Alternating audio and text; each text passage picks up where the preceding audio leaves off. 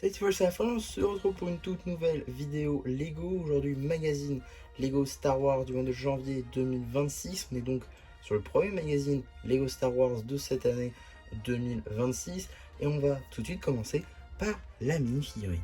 Juste ici vous avez la mini-figurine du pilote de clone phase 1.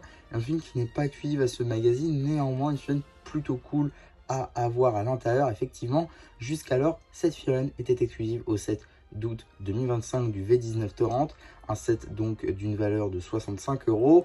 Donc l'avoir dans le magazine pour 7 €, bah, c'est plutôt cool. Voilà, avec cette figurine qui, d'où le fait que ce soit un clone, peut être fait en armée pour avoir plusieurs exemplaires, mais également plutôt utile si vous avez le UCS Gunship ou alors toute autre canonnière qui pourrait avoir besoin de ces clones là. Donc voilà, l'avoir dans le magazine c'est quand même plutôt sympa, avec pas mal d'éléments plutôt cool. Le casque qui est en fait un nouveau moule avec de toutes nouvelles topographies, franchement magnifique, avec le logo de l'Empire, la petite crête jaune, bon qui va pas jusque toute l'arrière, mais c'est pas très grave. On a également la visière, etc. C'est franchement très beau. Le torse également qui est tout nouveau, un très beau imprimé. Ce qui est des jambes, ce sera les jambes de clone, sans couleur, tout ce qu'il y a de plus classique. Voilà, par contre l'arrière du torse est lui le même, inchangé, et également zéro topographie à l'arrière du casque, un peu dommage. Ou le casque, une petite tête de clone, tout ce qu'il y a de plus classique là encore. Pour aller avec un petit blaster.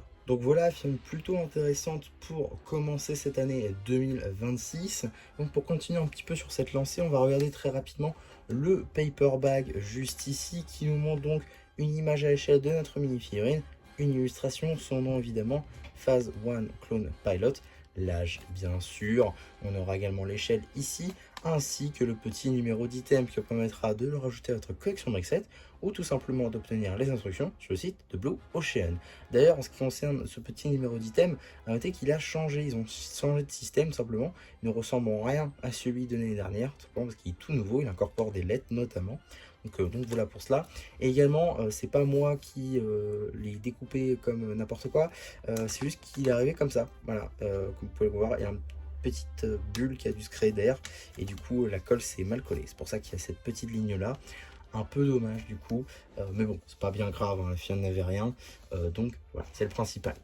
En tout cas, en ce qui concerne le magazine en lui-même, on sera donc à 6,99 €, donc voilà, classique, pour le format classique. On peut donc commencer avec le sommaire sur 2 pages, évidemment, un grand classique encore dans la gamme Lego Star Wars. Avec tout d'abord la petite bande dessinée juste ici, le projet Onde de choc, qui sera donc évidemment disponible sur la chaîne BD. Je passe très rapidement dessus pour passer donc à la page publicité juste ici avec le droïde Astromecano BB-8, le speeder de Comvamp ou encore pack de combat, le siège de Mandalore, 3 sets qui sont donc sortis le 1er janvier dans la gamme Lego Star Wars. Bon, le BB-8, voilà quoi, ça ne vaut absolument pas le coup vu le prix, et même en réduction il ne vaudra pas le coup. Voilà, c'est beaucoup trop dommage. Par contre, les 2 autres sets pour le coup sont très intéressants, et cette année vous les verrez évidemment en review sur la chaîne, le temps que je me les procure. Un petit peu peut-être en réduction quand même. On aura ensuite la suite tout simplement de la bande dessinée.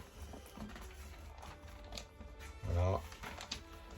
Suite et fin d'ailleurs de la bande dessinée, avec un petit poster de Luke ici. Un autre poster de la 501ème, plutôt cool d'ailleurs. Voilà, franchement sympa. Et du coup la suite du poster, pilote Luke Skywalker, donc pilote héros Jedi, qui est marqué de l'autre côté. On a également la page abonnement qui est devenue novice, avant c'était Padawan, donc voilà, on se sépare encore de l'univers, c'est un peu dommage. Voilà, j'aimais bien Padawan, ça collait avec Star Wars, du coup novice peut-être un peu moins. En tout cas, on a une petite review papier du set MTT des séparatistes de la bataille de Fallujah, donc 775-435, qui a été soit très bien aimé, soit pas du tout à cause de problèmes de taille notamment et de prix. Sinon, les figurines ont juste été acclamées, voilà, et forcément. Bon, remarque, Ayana Sekura, je crois. Ayala Sekura, c'est ça, ne change pas de beaucoup par rapport à la précédente version. Moi qui l'avais, ça me va. Et on a également le commandant Bly qui du coup est une chaîne exclusive à ce set que je n'ai pas du coup parce que je ne me suis pas procuré le MTT, contrairement à juste ici le pack de combat de la 327e Légion qui va avec du coup, que là je me suis procuré forcément, hein, moi qui fais la collection des clones. Donc voilà, review papier de ces deux sets qui vont assez bien ensemble. On a également un petit labyrinthe juste ici qui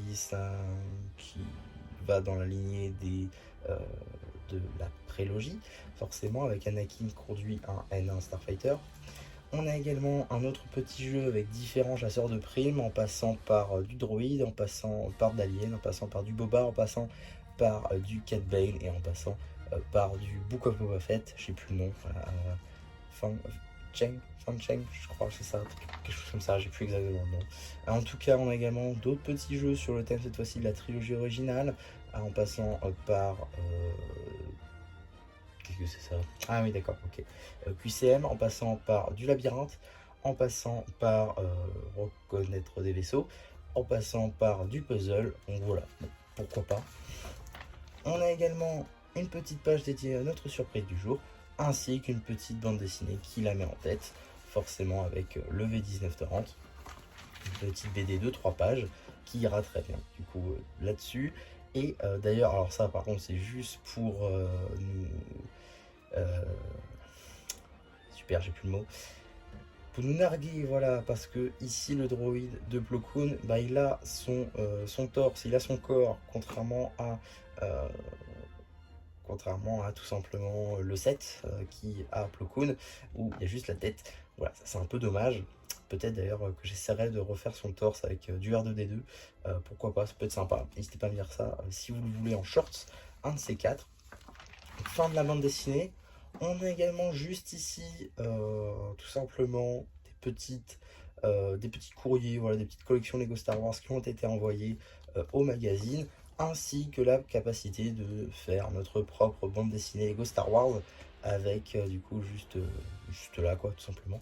Voilà, ça c'est plutôt cool, ça fait partie un peu du truc coloriage qu'il y a de moins en moins en ce moment dans les magazines, surtout dans la partie comics, magazine comics qu'il y en a à la toute fin, plutôt que d'avoir qu'est-ce qu'on a dans le prochain numéro par exemple.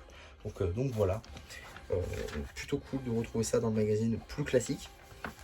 On a également une petite publicité pour le magazine Lego Minecraft, publicité qui a également changé en 2026. On a changé quasiment toutes les publicités, donc ça c'est plutôt cool je trouve.